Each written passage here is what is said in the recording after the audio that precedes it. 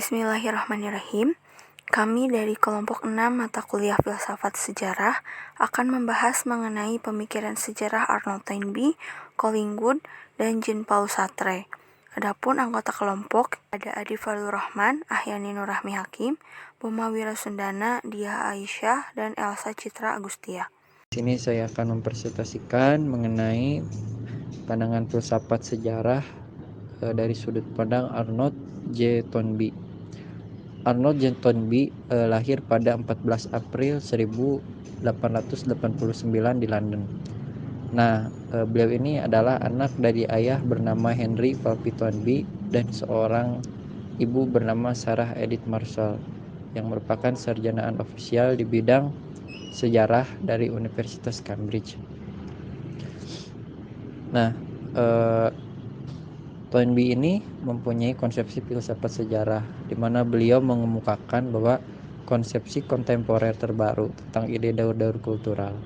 Ia selalu berupaya menghindari kekeliruan yang dilakukan Spengler dalam kecenderungan filosofis dan puitisnya yang menyerupakan kebudayaan dengan makhluk hidup yang berakibat timbulnya kesimpulan deterministis yang menyertai tegaknya kebudayaan dan keruntuhannya sesuai dengan hukum kehidupan dan kematian dalam alam fisik. Nah, kehati-hatian Toynbee itu tampak nyata dalam perhatiannya atas perincian sejarah yang teliti dan penghindarannya dari kontemplasi metafisis yang kabur dan hukum-hukum puisi individual yang begitu mewarnai karya Spengler. Demikian pula tampak jelas betapa Toynbee dalam pembuktian historis dan pendemannya yang sungguh-sungguh atas pengkajian berbagai kebudayaan selalu berusaha memakai metode eksperimental yang didasarkan pada pengamatan guna mengetahui faktor-faktor penyebab menyebabkan tumbuh dan runtuhnya suatu kebudayaan. Nah, kemudian pandangan secara filsafat sejarah zaman modern menurut Arnold J. Toynbee terbagi menjadi dua, yaitu beliau yang pertama melihat dari bentuk pola atau irama gerak sejarah. Nah, dalam melihat dan menentukan pola atau irama gerak sejarah, Arnold J. Toynbee ini membandingkan perkembangan atau proses sejarah dengan kebudayaan. Menurut pandangan Toynbee, kebudayaan atau civilization ini adalah wujud daripada kehidupan satu golongan seluruhnya. Pendapat Toynbee ini serupa seperti apa yang disebut oleh Oswald Spengler sebagai kultur dan civilization. Menurut Toynbee, gerak sejarah melalui tingkatan-tingkatan, adanya melalui tingkatan-tingkatan. Nah, yang kedua, arah dan tujuan gerak sejarah. Nah, setelah melihat pola dari gerak sejarah ini yang berbentuk hukum fatum silius dalam wujud bentuk modern yang pada masa breakdown atau merosot sebelum masa disintegrasi timbul, sering terdapat suatu usaha untuk menghentikan kehancuran. Begitu mungkin maksud dari arah dan tujuan gerak sejarah. Sekian dari saya. Wassalamualaikum warahmatullahi wabarakatuh.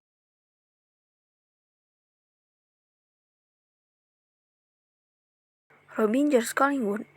Ia merupakan seorang filsuf, sejarawan, dan arkeolog yang berasal dari Inggris atau Britania Raya. Ia terkenal karena karya-karya filosofisnya, terutama karyanya yang berjudul The Principle of Arts yang diterbitkan pada tahun 1938 dan The Ideas of History yang diterbitkan pada tahun 1946. Selain itu, ia juga terkenal merupakan seorang seniman. Collingwood lahir pada 22 Februari 1889 di Cartmel Fell, Britania Raya, dan meninggal dunia di Coniston, Britania Raya pada 19 Januari 1943. Collingwood menyebut sejarah sebagai res gestae atau jejak masa lalu manusia yang diperoleh dengan reenactment atau menampilkan kembali jejak masa lalu. Namun dalam menampilkan jejak-jejak masa lalu, manusia itu tidak hanya sekedar menulis. Jika seorang sejarawan hanya memotong dan menempel pernyataan masa lalu dari sumber saja, maka yang terjadi adalah sejarah yang ditutupi untuk kepentingan otoritas. Tidak hanya mengumpulkan bukti dan melihatnya sebagai fakta, tetapi harus menganalisis apa yang ada di balik bukti tersebut. Karena itu, sejarah mesti melihat bukti dengan mendalam dan membaca hal-hal yang tersirat pada bukti tersebut, sehingga dengan bahasa atau narasi ditampilkan kembali sesuai suatu peristiwa. Dengan reenactment, maka sejarawan harus menampilkan kembali pikiran pribadi para saksi sejarah pada pemikiran konseptual dengan mengetahui asumsi-asumsi orang lain, yaitu pelaku sejarah, dan memisahkannya dengan asumsi sendiri, yaitu sejarawan. Menurut Collingwood, sejarawan melakukan investigasi setiap peristiwa di masa lalu, membuat perbedaan antara apa yang dapat disebut sebagai outside dan inside dari suatu peristiwa. Outside suatu peristiwa adalah semua hal yang menjadi bagian dari peristiwa itu, yang dapat dijelaskan dalam pengertian tubuh dan gerakan-gerakannya. Dalam hal ini berarti tindakan-tindakan. Sedangkan inside suatu peristiwa adalah semua hal yang menjadi bagian peristiwa itu yang dapat dijelaskan dalam pengertian pemikiran. Jadi, para sejarawan perlu membahas bagian outside dan inside dari suatu peristiwa karena peristiwa sejarah bukan saja fenomena yang harus dilihat kronologisnya, tetapi perlu dipahami pemikiran yang terdapat di dalamnya. Kalau sudah mendapatkan pemikiran dari peristiwa, maka berarti sudah memahami sejarah dan mampu menampilkan jejak masa lalu manusia. Pendekatan Collingwood terhadap sejarah secara umum dapat diketahui melalui tesis-tesis yang dikemukakannya di bawah ini. Semua sejarah adalah sejarah pemikiran. Bagi sejarah, objek materialnya bukanlah peristiwa semata, tetapi pemikiran di balik peristiwa-peristiwa.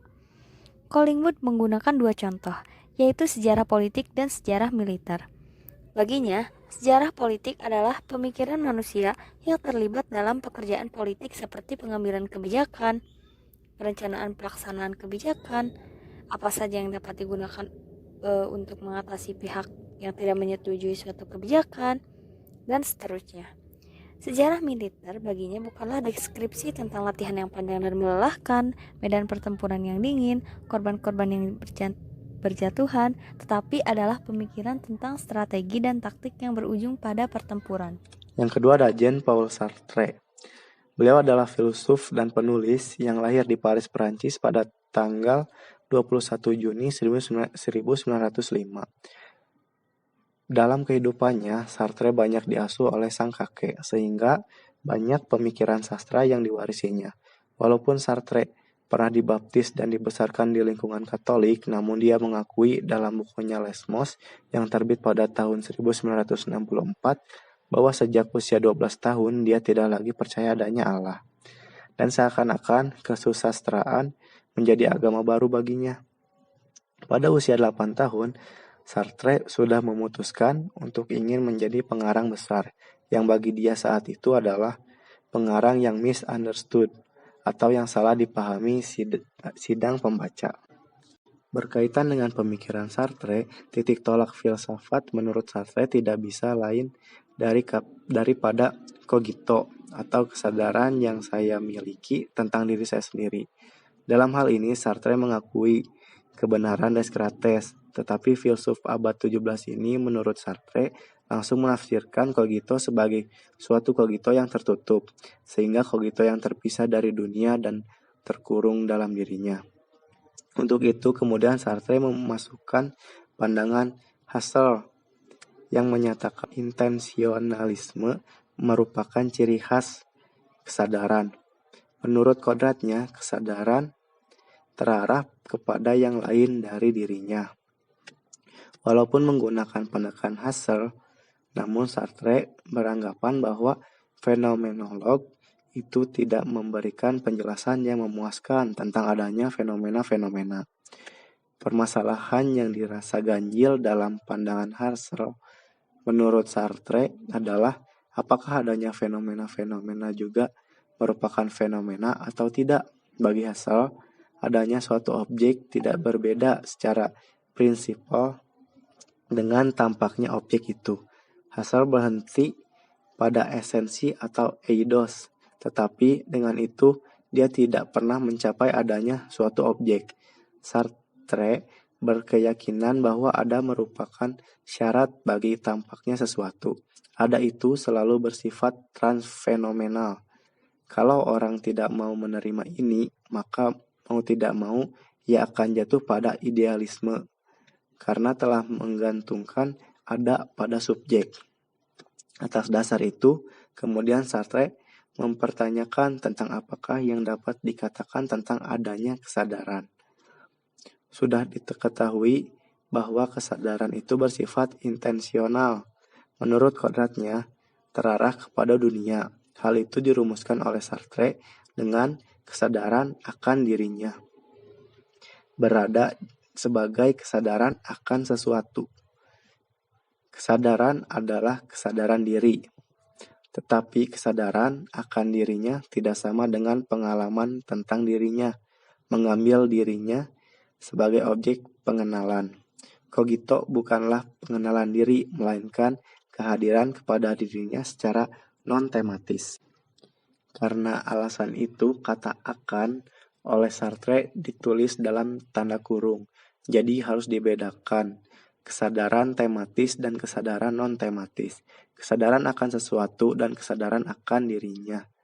Itu berarti bahwa cogito yang merupakan titik tolak dari filsafat Sartre adalah cogito pra-refleksif. Kesadaran akan dirinya membonceng pada kesadaran akan dunia. Itu berarti juga bahwa cogito tidak menunjuk pada suatu relasi pengenalan, melainkan pada suatu relasi ada. Kesadaran adalah kehadiran pada dirinya. Kehadiran pada dirinya merupakan syarat yang perlu dan cukup untuk kesadaran.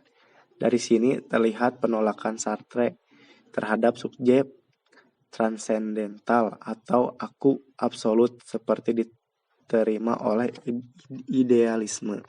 Sartre memandang manusia sebagai subjek. Manusia adalah pencipta dirinya yang terus-menerus. Manusia terus-menerus mencipta dirinya sendiri dengan kemauan, kemerdekaan, dan perbuatannya. Nah, dengan kebebasannya, manusia dapat mencipta. Ia ditandai oleh keterbukaan pada masa depan dan merencanakan segala sesuatu bagi dirinya. Ia tidak dapat menyalahkan orang lain atau menggantungkan diri kepada realitas yang tidak ada atau Tuhan. Tetapi manusialah yang senantiasa menciptakan dirinya sendiri. Manusia adalah pengada yang tidak pernah identik dengan dirinya sendiri. Setiap kali ia menciptakan dirinya, sekaligus meniadakan dirinya yang sudah ada. Dalam bukunya Percikan Filsafat menegaskan bahwa dalam pandangan Sartre, manusia selalu mengingkari. Manusia tidak pernah menjadi dirinya sendiri, oleh karena itu usaha untuk mencapai dirinya yang penuh tidak pernah berhasil. Nah, menurut Sartre, manusia terkutuk untuk gagal, maka eksistensi itu memuakkan. Selanjutnya, konsep Sartre tentang eksistensi manusia terkait dengan pandangannya tentang ada dan berada. Untuk menunjukkan ada dan berada, Sartre menciptakan istilah yang dalam bahasa Inggris being in itself atau berada dalam diri sendiri, dan dalam bahasa Inggris being for itself atau berada untuk diri. Nah, maksudnya adalah berada dalam diri, maksudnya semacam berada ansih. Berada dalam dirinya, berada itu sendiri. Filsafat berpangkal dari realitas yang ada, sebab realitas yang ada itulah yang kita hadapi, kita tangkap, dan kita mengerti. Ada banyak yang berdoa, pohon, batu, bintang, manusia, dan sebagainya. Semuanya itu berbeda-beda, banyak ragamnya. Akan tetapi, ada sebutan umum bagi semua itu, yaitu semua itu ada atau berada. Berada mewujudkan ciri segala benda jasmania dan segala materi. Semua benda ada dalam diri atau ada dalam dirinya sendiri. Tidak ada alasan atau dasar mengapa benda-benda itu berada begitu. Apa sebab meja itu meja dan bukan kursi, serta bukan tempat tidur. Tidak ada alasannya kayak gitu. Segala yang berada dalam diri ini tidak aktif, tetapi juga tidak pasif. Tidak mengiyakan, tetapi juga tidak menyangkal. Semuanya dikatakan padat, beku, dan tertutup. Yang satu lepas dari yang lain tanpa saling berhubungan. Etre and Soy menaati prinsip identitas. It is what it is. Benda-benda tidak memiliki hubungan dengan keberadaannya. Meja itu ada, meja itu warna demikian, titik, kayak gitu. Kita dapat mengatakan bahwa meja bertanggung jawab atas fakta bahwa ia adalah meja, bahwa warnanya demikian, dan sebagainya. Etre Ensoy menyatakan, it is what it is. Etre Ensoy harus identik dengan dirinya. Etre Ensoy tidak aktif, tidak pasif, tidak afirmatif, dan juga tidak negatif. Kategori-kategori semacam itu hanya memiliki arti dalam kaitan dengan manusia. Etre Ensoy tidak memiliki masa silam, masa depan, tidak memiliki kemungkinan, dan juga tidak memiliki tujuan. Etre Ensoy itu sama sekali kontingen. Maksudnya apa? Ada begitu saja, tanpa fundamen, tanpa diciptakan, dan tanpa diturunkan dari sesuatu yang lain. Nah, Sartre di sini menggunakan istilah kontingen dan kontingensi dalam arti baru. Dalam filsafat klasik, kontingen adalah lawan dari niscaya atau mutlak perlu. Bagi Thomas Aquinas dan Descartes umpamanya, dunia adalah kontingen. Berarti bahwa dunia bisa ada dan bisa pula tidak ada. Karena itu bagi mereka, kontingensi adalah apa yang harus dijelaskan. Dan kontingensi itu sudah berhasil dijelaskan ketika orang mampu menunjukkan sesuatu yang mutlak perlu. Dengan demikian, menurut mereka, kontingensi justru merupakan titik tolak suatu bukti untuk adanya Allah.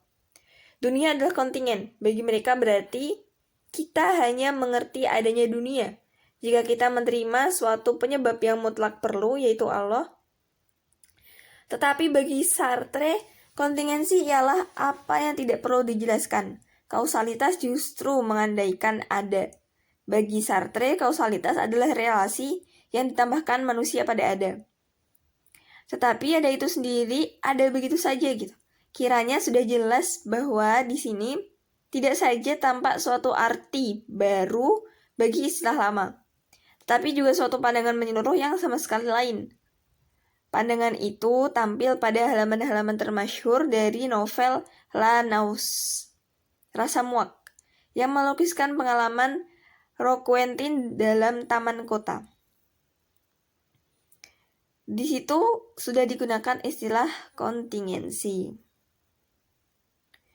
Lalu pada bagian être pour soi atau berada untuk diri, ialah berada yang sadar akan dirinya. Sartre menganggap hal ini sebagai cara berada manusia. Être pour soi tidak menaati prinsip identitas seperti être en soi. Manusia mempunyai hubungan dengan keberadaannya. Ia bertanggung jawab atas fakta bahwa ia seorang pegawai, atau pedagang, atau pencuri, dan sebagainya. Benar-benar tidak sadar bahwa dirinya ada. Tetapi, manusia sadar bahwa dirinya itu berada. Nah, di dalam kesadaran ini, yaitu di dalam kesadaran yang disebut reflektif, ada yang menyadari dan ada yang disadari. Ada subjek dan ada objek. Hal yang demikian tidak terdapat pada benda. Oleh karena itu, seperti yang dijelaskan sebelumnya, benda adalah padat, penuh, dan diri sendiri, tertutup bagi yang lain, tanpa hubungan dan yang lain. Dapat dikatakan bahwa benda adalah buta, gelap. Benda adalah benda, hanya ada saya. Benda adalah dia sendiri. Akan tetapi tidak demikian dengan manusia. Pada manusia itu ada kesadaran yang reflektif dan pra-reflektif. Perbedaan ini contohnya, aku sedang menutup buku kasku pada bulan ini. Oleh karena itu, aku sibuk menghitung segala pengeluaranku. Perhatianku kucurahkan pada angka-angka di dalam buku kas itu. Angka-angka itulah yang menjadi tema perhatianku, bahwa aku sedang menghitung, memang ku sadari. Sebab aku tidak pingsan saat menghitung. Akan tetapi, perbuatan menghitung itu pada waktu itu tidak menjadi pusat perhatianku. Perbuatan menghitung hanya ada di periferi atau di sekitar perhatianku. Bentuk kesadaran yang tidak ada di pusat inilah yang disebut dengan kesadaran pra-reflektif atau kesadaran yang belum dipikirkan kembali. Pada waktu aku sibuk menghitung, datanglah temanku yang bertanya, "Kamu sedang apa?" Aku berhenti menghitung dan menjawab, "Aku sedang menghitung." Pada waktu inilah aku menyadari bahwa aku sedang menghitung. Pada waktu inilah perhatianku kuarahkan kepada perbuatan menghitung itu sendiri, bukan kepada angka-angka yang dihitung. Bentuk kesadaran ini disebut dengan kesadaran reflektif atau kesadaran yang dipikirkan kembali atau kesadaran yang telah kembali kepada diri sendiri. Selesai menghitung, aku pergi dengan teman ke toko. Kesadaran paralefektif pada waktu itu tidaklah hilang. Yang hilang adalah kesadaran menghitung. Kesadaran bahwa aku menghitung, sebab timbullah kesadaran baru bahwa aku sedang pergi ke toko dan lain sebagainya. Bagi Sartre, kesadaran tidak boleh dipisahkan dari dunia. Satu hal lain yang ditekankan Sartre ialah bahwa kesadaran sekali-kali tidak boleh disamakan dengan benda. Bagi Sartre, sebagaimana dijelaskan di atas bahwa kesadaran akan dirinya berada sebagai kesadaran akan sesuatu. Dengan kata lain, kesadaran adalah intensional. Rumusan ini dapat dibalik dengan kesadaran akan sesuatu berada sebagai kesadaran akan dirinya. Kehadiran pada dirinya sendiri adalah konstitutif bagi kesadaran. Suatu maksud, rasa senang, sedih, atau yang lainnya hanya bisa berada sebagai sadar akan dirinya. Persis suatu benda tidak mungkin berada kecuali dengan memiliki 3 dimensi. Satu kesadaran yang tidak sadar atau suatu aktivitas psikis yang tidak sadar. Bandingkan dengan psikoanalisa Freud. Bagi Sartre sama sekali mustahil gitu. Kehadiran pada dirinya sendiri yang mengonstitusikan kesadaran itu sebagai non-tematis, bagaimana dapat kita mengerti bahwa manusia tidak langsung sadar akan dirinya? Apakah memungkinkan hal itu? Nah, pertanyaan-pertanyaan tersebut di atas yang sebelumnya saya sebutkan dijawab Sartre, kalau saya sadar akan sesuatu, itu berarti juga bahwa saya bukan sesuatu itu, bahwa saya tidak sama dengan sesuatu itu. Saya melihat lukisan di dinding, itu berarti saya sadar bahwa saya bukanlah lukisan. Untuk melihat sesuatu diperlukan sesuatu syarat yang mutlak, yaitu adanya jarak. Bila sesuatu dekat sekali dengan mata, apabila sesuatu identik dengan mata, misalnya retina atau selaput jala, saya tidak akan melihat apa-apa. Dari contoh ini dapat ditarik kesimpulan bahwa negativitas merupakan ciri khas entreporosoi. Manusia sanggup untuk mengadakan relasi yang tidak ada. Tentang entreporosoi harus dikatakan it is what it is. Kesadaran berarti distansi, jarak, non-identitas. Alhamdulillah, pemaparan materi dari kelompok 6 telah selesai. Mudah-mudahan bermanfaat. Ditutup saja dengan doa Rabbana atina fid dunya hasanah wa fil akhirati hasanah wa qina adzabannar. Wassalamualaikum warahmatullahi wabarakatuh.